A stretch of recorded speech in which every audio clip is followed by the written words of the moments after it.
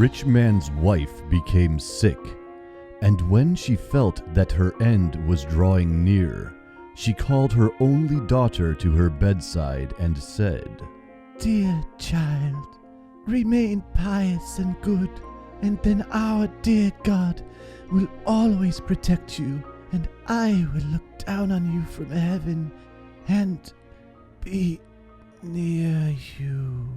With this, she closed her eyes and died. The girl went out to her mother's grave every day and wept, and she remained pious and good. When winter came, the snow spread a white cloth over the grave, and when the spring sun had removed it again, the man took himself another wife. This wife brought 2 daughters into the house with her. They were beautiful, with fair faces, but evil and dark hearts. Times soon grew very bad for the poor stepchild. "Why should that stupid goose sit in the parlor with us? If she wants to eat bread, she should have to earn it. Out with this kitchen maid!" They took her beautiful clothes away from her, dressed her in an old gray smock, and gave her wooden shoes. "Just look at the proud princess! How decked out she is!" They shouted and laughed as they led her into the kitchen. There, she had to do hard work from morning until evening, get up before daybreak, carry water, make the fires, cook, and wash. Besides this, the sisters did everything imaginable to hurt her. They made fun of her, scattered peas and lentils into the ashes for her, so that she had to sit and pick them out again. In the evening, when she had worked herself weary, there was no bed for her. Instead, she had to sleep by the hearth in the ashes. And because she always looked dusty and dirty, they called her Cinderella. One day, it happened that the father was going to the fair, and he asked his 2 stepdaughters what he should bring back for them. "Beautiful dresses," said the one. "pearls and jewels," said the other. "And you, Cinderella," he said, "what do you want?" "Father, break off for me the first twig that brushes against your hat on your way home." So he bought beautiful dresses, pearls, and jewels for his 2 stepdaughters. On his way home, he was riding through a green thicket. A green twig brushed against him and knocked off his hat. Then he broke off the twig and brought it with him. Arriving home, he gave his stepdaughters the things that they had asked for, and he gave Cinderella the twig from the hazel bush. Cinderella thanked him, went to her mother's grave, and planted the branch on it, and she wept so much that her tears fell upon it and watered it. It grew and became a beautiful tree. Cinderella went to this tree 3 times every day, and beneath it she wept and prayed. A white bird came to the tree every time, and whenever she expressed a wish, a bird would throw down to her what she had wished for. Now it happened that the king proclaimed a festival that was to last 3 days. All the beautiful young girls in the land were invited, so that his son could select a bride for himself. When the 2 stepsisters heard that they had been invited, they were in high spirits. They called Cinderella, saying, "Comb our hair for us, brush our shoes, and fasten our buckles. We are going to the festival at the king's castle." Cinderella obeyed, but wept, because she too would like to go dance with them. She begged her stepmother to allow her to go. "You, Cinderella," she said, "you all covered with dust and dirt, and you want to go to the festival? You have neither clothes nor shoes, and yet you want to dance?" However, because Cinderella kept asking, the stepmother finally said, "I have scattered a bowl of lentils into the ashes for you.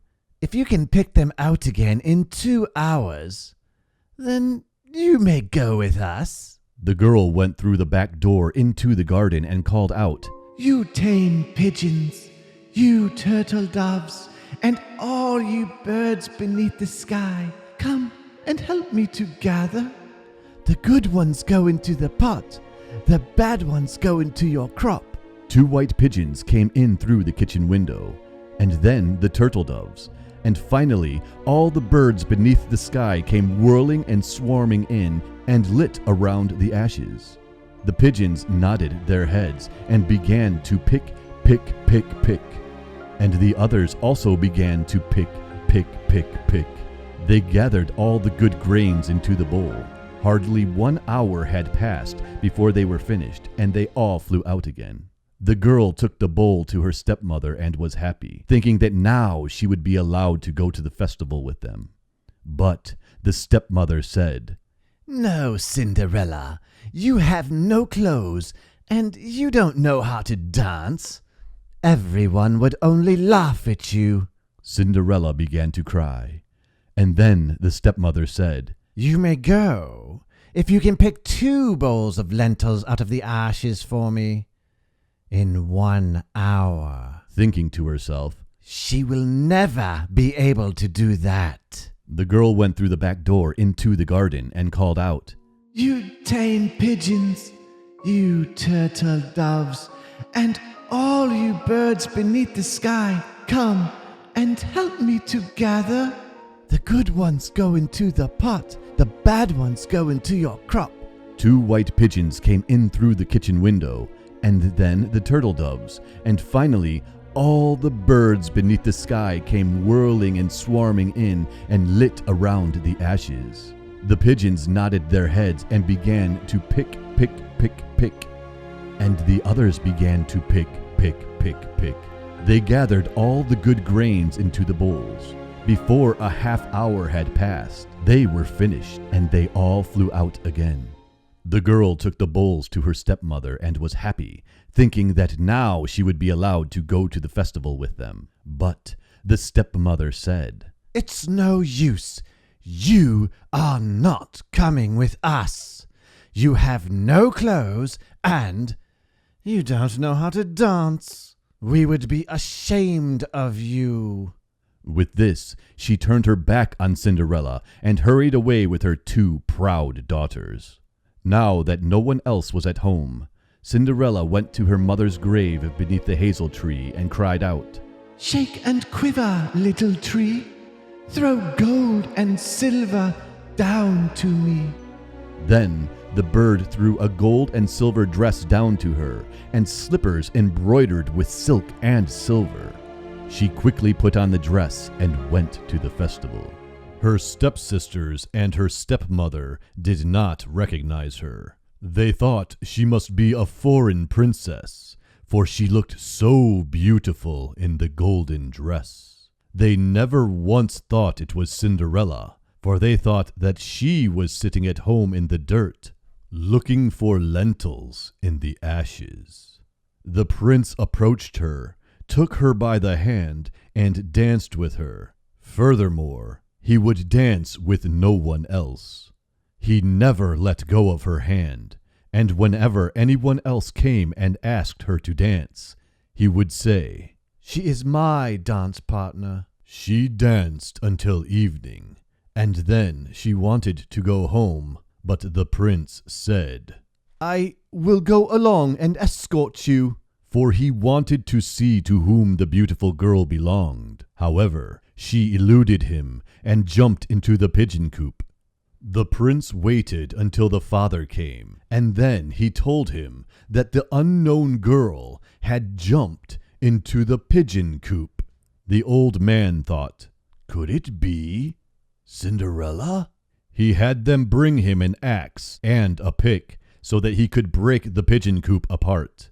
But no one was inside.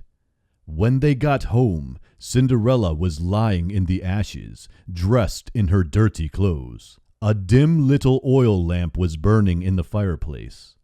Cinderella had quickly jumped down from the back of the pigeon coop and had run to the hazel tree. There, she had taken off her beautiful clothes and laid them on the grave, and the bird had taken them away again. Then, dressed in her gray smock, she had returned to the ashes in the kitchen. The next day, the festival began anew, and her parents and her stepsisters had gone again. Cinderella went to the hazel tree and said, "Shake and quiver, little tree. Throw gold and silver down to me." Then the bird threw down an even more magnificent dress than on the preceding day. When Cinderella appeared at the festival in this dress, everyone was astonished at her beauty. The prince had waited until she came, then immediately took her by the hand and danced only with her. When others came and asked her to dance with them, he said, "She is my dance partner." When evening came, she wanted to leave, and the prince followed her, wanting to see into which house she went. But she ran away from him and into the garden behind the house. A beautiful tall tree stood there, on which hung the most magnificent pears.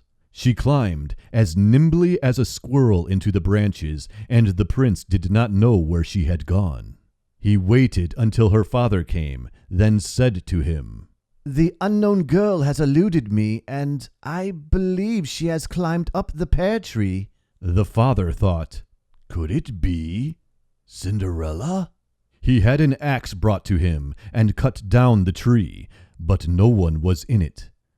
When they came to the kitchen, Cinderella was lying there in the ashes as usual, for she had jumped down from the other side of the tree and had taken the beautiful dress back to the bird in the hazel tree and had put on her gray smock. On the third day, when her parents and sisters had gone away, Cinderella went again to her mother's grave and said to the tree, "Shake and quiver, little tree. Throw gold and silver down to me." This time, the bird threw down to her a dress that was more splendid and magnificent than any she had yet had, and the slippers were of pure gold. When she arrived at the festival in this dress, everyone was so astonished that they did not know what to say. The prince danced only with her, and whenever anyone else asked her to dance, he would say, "She is my dance partner." When evening came, Cinderella wanted to leave, and the prince tried to escort her, but she ran away from him so quickly that he could not follow her. The prince, however, had set a trap. He had had the entire stairway smeared with pitch. When she ran down the stairs, her left slipper stuck in the pitch. The prince picked it up. It was small and dainty and of pure gold. The next morning, he went with it to the man and said to him, "No one shall be my wife, except for the one whose foot fits this golden shoe." The two sisters were happy to hear this, for they had pretty feet. With her mother standing by, the older one took the shoe into her bedroom to try it on. She could not get her big toe into it, for the shoe was too small for her. Then her mother gave her a knife and said, "Cut off your toe. When you are queen, you will no longer have to go on foot." The girl cut off her toe, forced her foot into the shoe, swallowed the pain, and went out to the prince. He took her on his horse as his bride and rode away with her. However, they had to ride past the grave, and there, on the hazel tree, sat two pigeons crying out, "Ribbit-dee-doo! Ribbit-dee-doo! There's blood in the shoe! The shoe is too tight! This bride is not right!" Then he looked at her foot and saw how the blood was running from it. He turned his horse around and took the false bride home again, saying that she was not the right one and that the other sister should try on the shoe. She went into her bedroom and got her toes into the shoe all right, but her heel was too large. Then her mother gave her a knife and said, "Cut a piece off your heel. When you are queen, you will no longer have to go on foot." The girl cut a piece off her heel, forced her foot into the shoe, swallowed the pain, and went out to the prince. He took her on his horse as his bride and rode away with her. When they passed the hazel tree, the 2 pigeons were sitting in it, and they cried out, "Ribbit-dee-doo, ribbit-dee-doo! There's blood in the shoe! The shoe is too tight! This bride is not right!" He looked down at her foot and saw how the blood was running out of her shoe, and it had stained her white stocking all red. Then he turned his horse around and took the false bride home again. "This is not the right one either," he said. "Don't you have another daughter?" "No," said the man. "There is only a deformed little Cinderella from my first wife, but she cannot possibly be the bride." The prince told him to send her to him, but the mother answered, "Oh no, she is much too dirty. She cannot be seen." But the prince insisted on it, and they had to call Cinderella. She first washed her hands and face clean, and then went and bowed before the prince, who gave her the golden shoe. She sat down on a stool, pulled her foot out of her heavy wooden shoe, and put it into the slipper, and it fitted her perfectly. When she stood up, the prince looked into her face, and he recognized the beautiful girl who had danced with him. He cried out, "She is my true bride." The stepmother and the 2 sisters were horrified and turned pale with anger. The prince, however, took Cinderella onto his horse and rode away with her. As they paused by the hazel tree, the 2 white pigeons cried out, "Ribbit-dee-doo, ribbit-dee-doo! No blood's in the shoe!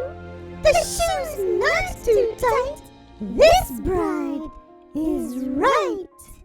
After they had cried this out, they both flew down and lit on Cinderella's shoulders, one on the right and the other on the left, and remained sitting there.